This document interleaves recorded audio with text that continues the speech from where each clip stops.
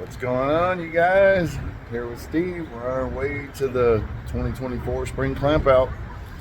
Yeah, and by my house, they tore down the In-N-Out. It's being rebuilt. We had to stop here and get us some In-N-Out. Heck yeah. Double with some fries, lemonade.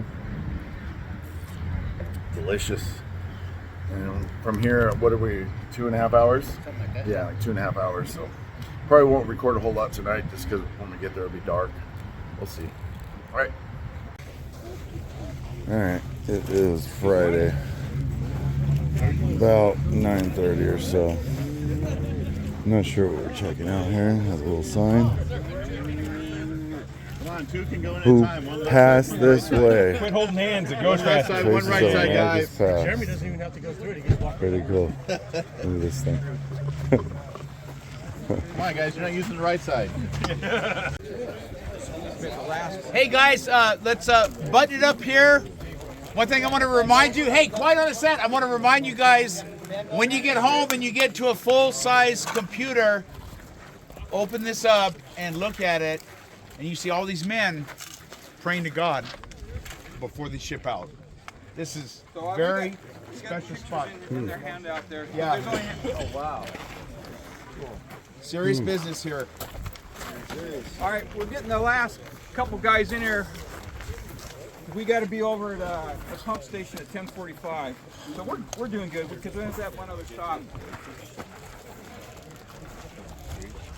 Shh. This is the first stop at Iron Mountain. Now, Iron Mountain is one of Patton's 13 divisional camps. And this one is one of the, there's only two camps that have a stone chapel. Camp Hyder has the other stone chapel, and it's up at altar level. There's nothing else above it. This was the Catholic chapel. Every camp had a place to worship for the Catholics and Protestants, but it was in tents. And if you, there, I got a handout here.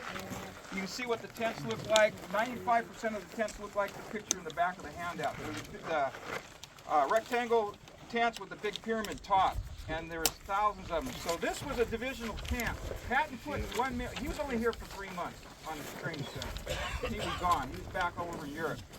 But they put 1 million men through these camps in about 2 years and a month. 1 million. 1 million. 1 million. And men. so a divisional camp. This camp here encompasses 67,000 acres. This is one of 13 camps. Then there's a whole bunch of auxiliary camps. When we drove by where those tank cars were, that was Freda Junction, and there's pictures of them loading dozens of tanks and half tracks and all that shit off at that place there. It used to have multiple sidings, like a little mini rail yard, and they'd bring all that stuff in.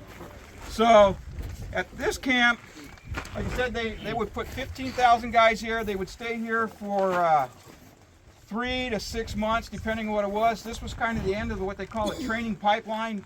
You go to boot camp, you get your boot camp training, then you go to some school where you get your individual training for your skill set that you're going to do, and then they send them to a unit, and they send them out here to have the units train as a cohesive group of people. And like I said, this stretched from Indio all the way almost to Phoenix, the training site. Some of it was just communication, some of it was maneuver areas. Every camp had a maneuver area. This one, the maneuver area, if you take the road, the power line road out through Eagle Pass, you'll go up there and you can see where they're running tanks all over the place. They did maneuvers for maintenance, and then they did maneuvers to practice unit drills. So you can see that out there. Out this way, there's 2 roads. If you look, the second map, the first map on that handout is the Army map of this camp. The second map is the one I drew, and it's got a lot of additional stuff. It's got the roads that go out. You go out this way towards the edge of the mountain, there's a whole bunch of mortar pits, firing ranges, and all that's where they did their live fire stuff for this camp. And then they would assemble, and with other units, they would try and do things like infiltrate the other camps. Camp Granite was straight across the road. If you look, there's a picture of a USO show that they had. Hundreds of troops assembled at Camp Granite on the other side, and they're all having a USO show, and I can't remember, it was some famous actress or something over there. It was before Hanoi Jane's time, so don't worry about that. So, yeah. So, Lolita lead pipe or something. yeah, and so like this was the Catholic chapel. There's two pictures in there of the chapel. There's one with the priest up here. There used to be a couple big trees on each side of this chapel. They're long gone. And then there's one with the troops worshiping here, and they're actually right where you're standing, and they're down the pathway. And you'll look, it's all black troops. At that time, everything was segregated. Yeah. And there's a lot of issues with that when troops would go into India or they'd go into Blythe and stuff. There was a lot of issues. They had a rough time. But it was after World War II when they stopped segregating the units. So that's kind of an interesting picture. And then the first year of the Desert Training Center, they were training for the guys to go to North Africa. By the time North Africa was done, before they ever had this all complete. So then they switched. This was Desert Training Center. The second year it became California Arizona Maneuver Area. So that's on that t-shirt, I believe, that you have. C-AMA. So it was mass maneuvers from India all the way to Arizona. Assault attacks across the Colorado River, all that good shit. They did everything. And that's why they were pretty well prepared when they got over there. And then like when we're at Rice, my uncle, I've told a few guys, my uncle, he trained at Rice. He was a P-39 mechanic, and then he went to P-51s. He trained at Rice, and then they sent him to Iwo Jima to maintain the P-51s that were escorting the B-29s over Japan. So he went from one kind of rocky place to a different kind of rocky place. And there was still shit happening on Iwo Jima. Crews were coming out to the airplanes, and a bunch of Japanese came out of a bunch of caves and wiped out the crews that were going to go get in their airplanes. So the shit was happening there all the way to the end of the war. Trying to think of what else I might be missing. This is probably an average size camp, 67,000 acres, almost 70,000 acres. Camp Granite, straight across the road, we have a historical marker there. If you drive straight out of here, you're driving to Camp Granite. If you look at, I got a map here of all the camps. If you look at that, it looks like two camps. There's one that runs this way, and there's one that runs about 30-degree angle to it. The poor fuckers, they built the first camp, and a big giant thunderstorm came in through there. They wiped out the camp, so they rebuilt the whole thing at a 30-degree angle up on the slope a little bit. So, and then every the ecology shit was already back then. Every fucking bush that they pulled up to build this camp, they replanted someplace else. Why? Because Patton told them to. Because Patton said so. Yeah, because they had to get busy, keep busy. Patton said so. They needed more creosote, huh? So, Hey, another thing, can I? Yeah. Guys, when you guys are first order of business, after 9/11, you could not get out here. I mean, this was off limits, and the reason we were out here 20 years ago and 8 years ago is because of Bruce Coonrod. What say the brethren? Satisfactory. Coonrod crew is the only reason we're here right now, and I just got a text the other day. Hey, dude, I work at that. I'll get you guys in. But we had set this up a long time ago. When you guys are going down through Blythe, go to Desert Strike Plaque. It's worth noting that they did a training exercise with 300,000 soldiers out here. I think it was 61 or 62. They were a 3-day live fire mock war over two mythical countries fighting for a nuclear bomb. In the 60s. 61 or 62, Desert Strike. That's what we did in Blythe. So the guys were out here training, and like he said, from Phoenix to Palm Desert, they did this live fire training exercise. Only 32 soldiers died during the training exercise, and the military said it was a smashing success, and only 32 humans died. 3 days of training, right here. Right around Bay of Pigs and Cuban Missile Crisis. Yes, that's it. Yeah, it was a mythical town. When you get that, open it up because it's very, very interesting. Half of the men that died drowned in the Colorado River because they were told to cross the river with their packs. But when they did the dry run, the water was low, but they had opened the dam, so now the Colorado River's raging, and they had to cross with a 90-pound pack and a rifle, and they got sucked under and got killed. And they said, hey, it's no problem. It's just it's cost of doing business. 300,000 soldiers, live fire. It's really freaking awesome. Yeah, we found a lot of shit from that. A couple It'd be more cool if things they had about footage of that on Patton's film. training They do. center. They do. This place was Internet. fucked in August. Desert Strike. And I've read diaries and logs and shit. The guys fucking hated it. So one of the kind of cool stories was they found a dog tag out here, I don't know, 3 or 4 years ago. and the guy's name on it, and I don't know if it was BLM or whatever. We know the BLM archaeologist out here. He's pretty cool. He's going to be here tonight. They did all this research. They found out he was still alive. They found out where he lived, and they were going to have this big thing. They're going to present him his dog tag that he lost out at the Denver Training Center. And they handed it to him. They go, "What the fuck? Why are you giving me that? That was the worst time of my fucking life." The presentation kind of flops. Yeah. So, but the idea was that to work out here in a hot, shitty environment. The Rice Army Airfield's there because they wanted the guys to work on the airplanes in frickin' sandstorms and shit like that and find out what it's like before they went to North Africa. They sent a group from here to go with the British to North Africa while this was going on, and they went over there, and the U.S. Army was not impressed with the British maintenance of their equipment. They said, we can do a fucking better job than those guys, and they came back, and that's what they started doing here. Started developing, working on military equipment in austere environments. So, any questions? In your expert opinion. The relief map site.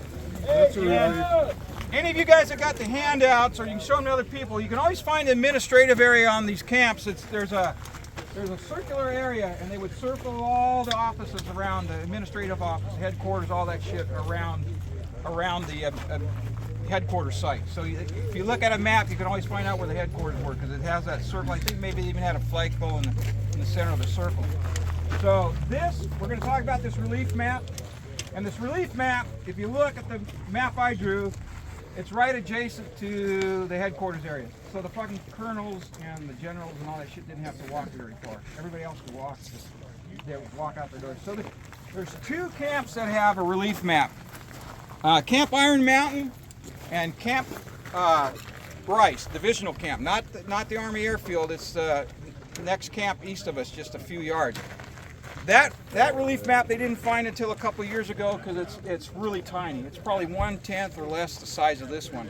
I forgot how many square feet this is, but the whole purpose of this was, and there's some cool pictures out there, and I couldn't find them again. This was a detailed relief map to scale of the whole Desert Training Center.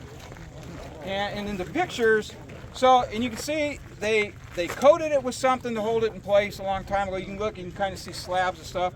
And then you can see where they had signs. They had signs identifying everything, Palin Pass, this road, everything was identified. And then there was scaffolding with catwalks. So the colonels and generals can walk around on the catwalk, say, hey, we're gonna blow the fuck out of these bastards right here, or whatever, and that's all long gone. And I can't find that picture. It was a kind of a cool picture. You kind of understood what it was all about. But you can see there's still a couple little signs there, and like I said, everything was to scale, and they planned their war games out here. And this was the biggest relief map. Like I said, there's only two, so they planned a lot of the major war games that they were going to do. They planned them at this relief map, and they went out and did their thing. And that's really pretty much it for this place. I mean, if you walk around out there and you do a little study, you can figure out where a lot of stuff was, tent sites, all that stuff, and 90% of the structures were tents, and I don't know any of you guys that ever got. Oh wait, I won something important here, really important. I found this relic in the dirt. That's mine. Yeah. Oh, no shit. Thanks, man. Yeah, you're welcome. $50. Yeah. Why'd they call it Rice? Was he general? No, actually the community of Rice was here before the base, or the camp. Sometimes I call it base. I mean, they put 15,000 guys in this place. The only reason it's called a camp is they knew it was temporary. If it's temporary, it's a camp. So no matter what the size. So Mark, was it only Army, or was there Only Army. There was nothing else, just Army. Yep, just Army. 1 million some guys. But like I said, they would be here for 3 to 6 months, and the poor bastards that were here in August paid dearly. Yeah, I've read some diaries. Well, I read my uncle's part of his blog he kept at Rice Army Airfield, and he's talking about a thunderstorm that ripped through that place, and he thought it was going to level the whole place. It was some massive thunderstorm and water and rain and wind. And it withstood. But if you ever had the opportunity to sleep under one of those old World War II tents, I think somebody used to bring one to our dunes. Those things are hotter than hell in the summer, and they're cold in the winter. So in the summer, you'd always see in the pictures, they got the sides of the tents rolled up, and the guys are sleeping on cots outside the tent. As soon as you got underneath that oil soaked canvas. It turned into an oven. The guys, and the first guys that were here, the first 6 months of the 2 years, they lived pretty Spartan. They didn't have all the supplies. The supplies kept coming in, and they kept improving how it was. So the first guys that came out here, the first 6 months of 1942, they don't have a pleasant experience in all the stuff you write. Matter of fact, that's probably where that guy that returned his dog tag, he was probably one of the first ones out here. And so, I mean, that's pretty much it. If you have any questions, if you want to do more exploring later on, the maneuver area for this base is Eagle Pass. You go out Powerline Road and go through the pass, you'll see a lot of tank tracks up in the hills and all over. And then the training area is up against the base of those mountains where they did mortar practice. Where there's a lot of foxholes, a lot of mortar pits, and all that shit. So, yeah. Look at the aqueduct coming in from over here, and it's flowing down over this into there. Crazy. Yeah. We're gonna do a tour right now. Some kind of pump, so we're gonna check this out. I believe it's from the 30s. We're gonna find out right now. Up today. We love, you guys are great. We love what you do for BLM and all the monuments that you guys have erected. Thank you very much. You guys have been great for the desert, Mojave Desert. We appreciate everything you do. So we're more than happy to host you guys for these events. MWD partners with BLM and with you guys all the time for different special events. So in the future, I won't be giving them because I'll be retiring, but see the gentleman back here in the blue, Andreas Villapano, will be your point of contact. That's the guy in the future. Also, that's Matt Hosier, my mechanical. That's Jose Colafano, my operations. Mark, where you at? I got Mark's here somewhere. He's hiding. And I've got my chief of security. Eric is over here. He's got to be here with this many people. So he's got to keep me alive. Again, thank you for showing up. Thank you for being prompt. As you know, you're at Metropolitan Water District. This is the Iron Mountain Pump Station. There are 5 pump stations. We're basically water lift stations for Metropolitan Water District. We supply water from Ventura all the way to San Diego and everything in between. So we have over 19, at one time we had 22 million people on the water system here. We're down to 19, as you know, California. Everybody moved out. So you have governor. Anyways, so sorry, shouldn't say that. Sorry. Oh, that's the truth. Yeah, we'll say the brother. Anyway, so you're at mile marker roughly 64 of a 242-mile journey from the Colorado River, Lake Havasu. We are the 3rd pump station in a row, the most remote manned facility MWD has. So we're out here at a week at a time and then a week off and a week back. So we basically live 6 months out of the year at least out here at this location, this remote location. Most guys, as you know, you can't live here full time. There's nothing. You can't convince your wife to come out of your kids. She's shaking her head. Desert out here and living where you guys are camping. It just doesn't work. So, anyways, what you're seeing out here is a reservoir. That's about 100 acre feet. The water has already traveled over 64 miles to get here, and it's already been lifted twice. One at Intake Pump Plant, one at Gene Pump Plant, which have reservoirs on either side. They open a slide gate, and that water comes to us. So from here, we pump it over to another pump station, Eagle Mountain. From Eagle Mountain, they pump it over to Hayfield Pump Plant or Hines Pump Plant, after Julian Hines, an engineer. And then from there, it's gravity feed, and it's a 3% grade, so the water's running at about 6 miles an hour, all the way into Lake Matthews and down to Lake Skinner. It goes right by PBL. So this water feeds all of Southern California, because we can take that water out of Lake Matthews and push it before it even gets there all the way up to Magic Mountain. And from Magic Mountain, we can push it all the way up into Ventura County. Crazy. So we blend our water with state water to make a better quality water. So that's soft water, we're hard water. So between the two, we get a good quality water. So the water from MWD has always been outstanding. I don't know if they blend your cities with well water. I can't account for that, so don't blame me if your water tastes bad. I promise I don't pee in it out here. Liar! I know you'll enjoy this tour. just a little brief history. This started in 1931. Dang. It was done in pumping water in 1941. Dang, 10 years. You couldn't do that today. No. There's no way today. So in 10 years, they built 5 pump stations, 242 miles of canal and tunnel, 90 miles of tunnel through straight rock.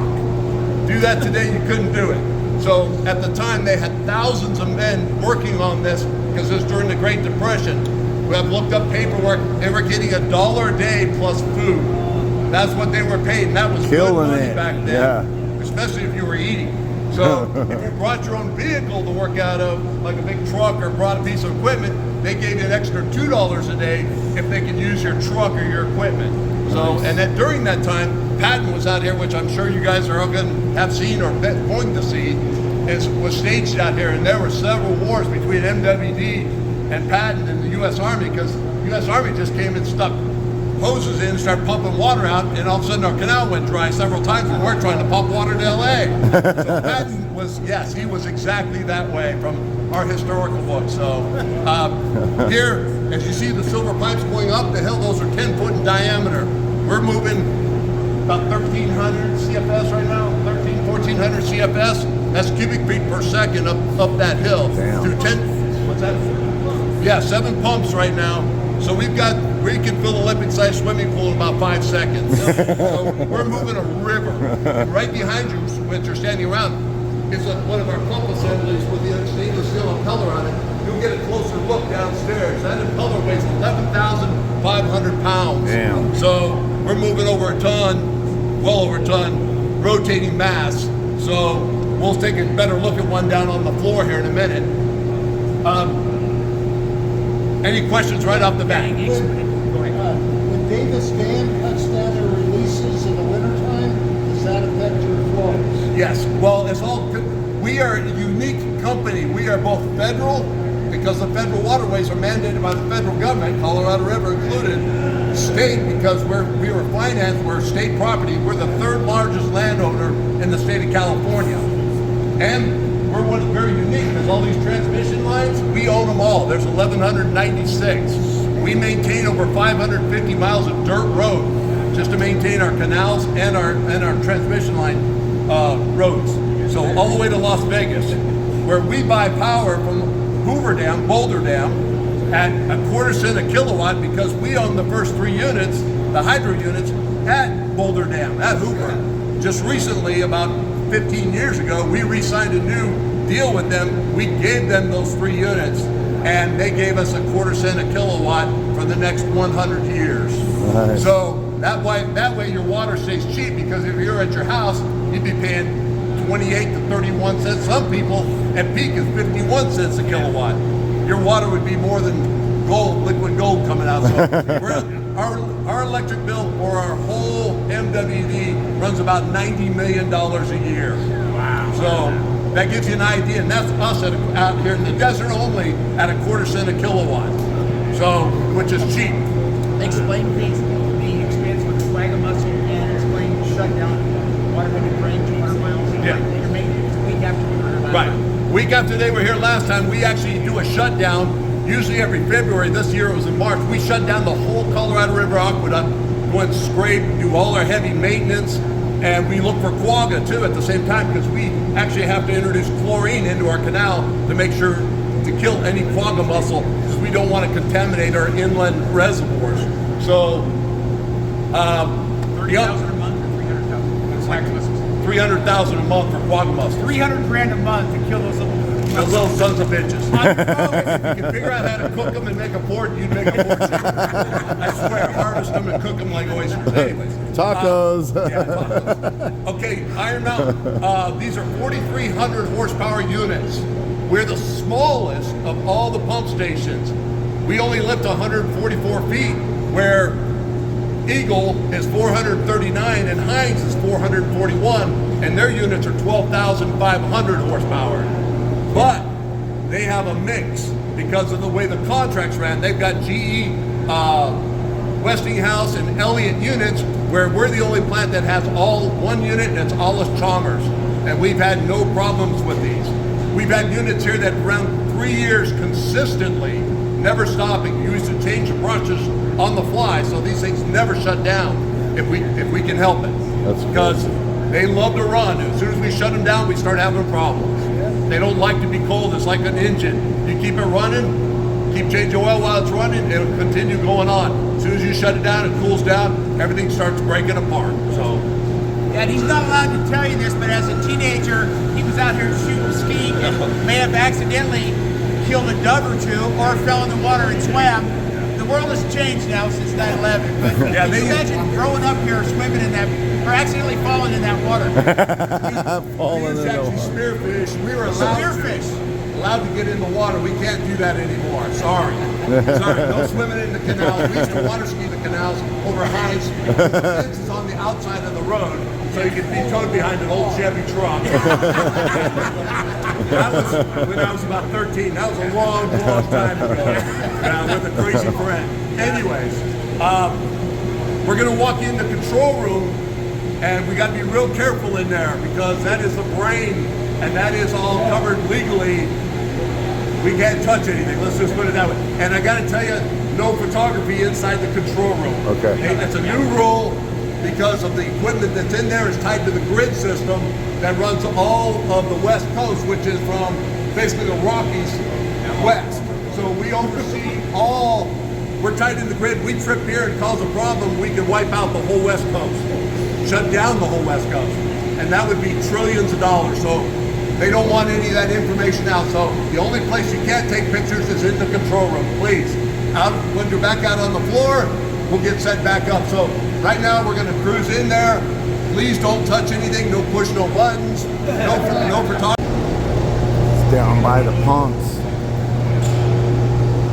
I think they were saying that these things are like almost 100 years old. Pretty damn cool.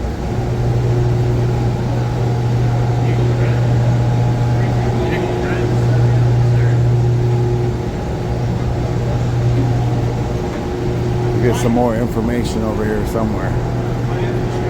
Go down in a minute downstairs here, and you're going to see where this would be. You can't see it personally. I mean, it's under the pump housing. But this is what an impeller is, 11,500 pounds. These were manufactured in Japan. The only people that could do it, built by Fuji Engineering. They're a three-piece unit. Like I said, 11,500 pounds. This motor has to spin up to 300 RPM, produce enough pressure to overcome the back pressure, be able to push water over the top of the hill to go up 144 feet through a 10-foot diameter pipe, but it comes out as a 6-foot diameter through a conical plug valve that we keep closed that will hold the pressure back on both sides until we open it, until we overcome the uphill pressure. So to change one of these out, that's when you'll see this crane system in here that we just recently upgraded. All these rails are all original. This is all original equipment, except for the steel overhead. We had to put this in for earthquake. That was never a metal roof, it was just concrete. That was added several years back in the 80s. So, new crane system, we can disassemble one of these motors down to bare bones in less than 3 days. So, you'll see some of the wrenches downstairs when these guys, when men were men. I mean, these guys held these things and used sledgehammers to tighten these things up, and you'll see them on the board down there. Some of these things, wrenches are over 25 pounds each. So, impeller, we're going to be going down the lower stairs. Here's the 9 units, 1 down here, 9 here. DC, the system is at the top, that's part of the synchronous system. The rotor is actually underneath the housing. There are air coolers in here that we run water through with a big fan system attached to the impeller, the shaft, to keep these things cool because they do heat up. These are big heaters, basically, big electric motors. And the shaft going downstairs, it's a nickel, it's a metal, it's a steel nickel system. So if they look shiny, you'll understand why. There's one sitting over here on the floor out of unit number 5 right now because we've got it apart. We won't be going in there because we've got that all torn apart. So we're going to go down by units 2 and 3. Again, just be careful what you touch. There's a shaft there rotating around at 300 RPM. If you get too close to it or get your clothes, there could be something and tear your shirt right off you. So just a neat backstory. We used to clean those, the shafts. If they get oil on them, we used to have a lady, different ladies would come down, mops, they take a mop, and I'm like, it's a dust head. I go, just make sure you stay away from the upper coupling, and they're extendable shafts on these. So I said, just stay away from the upper coupling because it could grab it. About 10 minutes later, she's running in the office, and she's like, there's a problem. I go down there and turn that thing's just beating itself to death or running around. Have to shut down the unit, get it there, cut it loose, start it back up. So we don't like doing that, but it was a great story to walk down there and see this shaft turn around like a big ceiling fan. So yeah, we don't want to do anything crazy today. So let's head down this way. There's a poster on the wall down here that gives you an indication of where we're at. We're already, ground level's right here already. So as we go deeper in the plant, 4.5 stories is the deepest point in the plant, and that's in the sumps. We'll be down about 3 stories by the time we get down below to the pump hole level. So going forward, like I said, take a look at it explains it a lot better if you look at the pic poster down here on the wall that we'll be passing through. The nice thing about the poster, my dad drew that back when he used to work here. Nice. So he sort of donated it to us. So please head. This is that shaft. Look at the size of that thing. That's what she said. There's the shaft in motion. Look at this thing.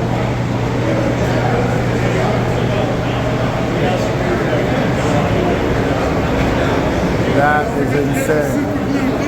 Yeah. See the super glued nickels? They super glued them there, man. This is like up my alley right here. All this stuff. All these fittings. Repair. Couplers. Valves. I've installed most of all these things. This is up my alley right here. So awesome. Very cool. Yeah. Look at this pipe wrench. I have a 36-inch aluminum pipe wrench, not a 48. Yeah. That's what I said. That's a 48er. And look. Oh, rigid freaking chain wrench. Strap wrench. Grease guns, man. Look at all the copper, rolls of copper. This place, and like how clean and organized it is just amazing. Like look how organized and clean it is too. I know, right? Our clamp site's not there and we got here last night. All right, dinner time Friday night. Let's do a little easy, simple dinner. Got some chili, mustard, jalapenos, cheese, onions, tapatio, get off my crackers, and some little saltine crackers, some cornbread, sausage, and put some mustard on it. Oh yeah, 1982 Playboy. Used to be hot. My favorite. Yeah.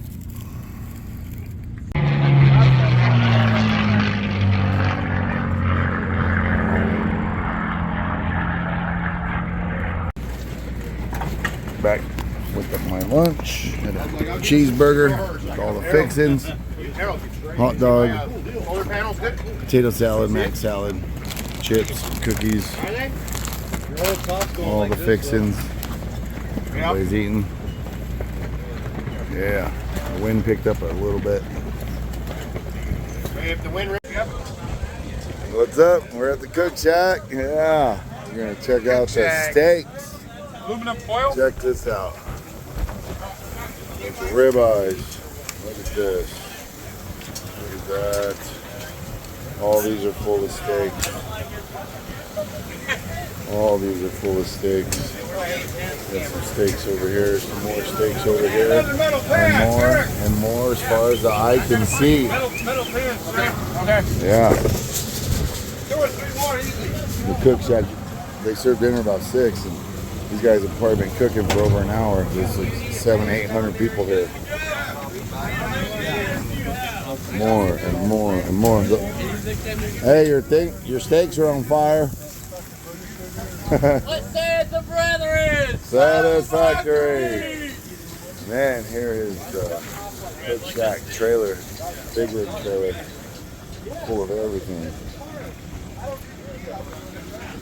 Look at this. What's up? What's up, What dude? you doing, man? Look at ice creams. Look at that. Haagen-Dazs ice creams in the freezer. Look at those freezers.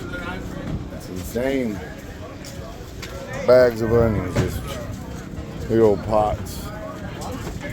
Some mini minis, you just get those when you're in line. And serve them before you get your plate. What's up, Cookie? What do you say? Good side. The other side. The other side. Oh, wait a minute. They're both the same. Wants to show them inside? Oh, man. Look, they're already lined up. Bunch of red shirts are lined up. We got the lettuce, the salad, Haagen-Dazs ice creams, Paul Renner, and these guys, they all line up. These guys serve the plates, napkins, spoons, forks, and you have the goodies and these, biscuits and butter and who knows what else, beans. Pretty damn awesome. I know.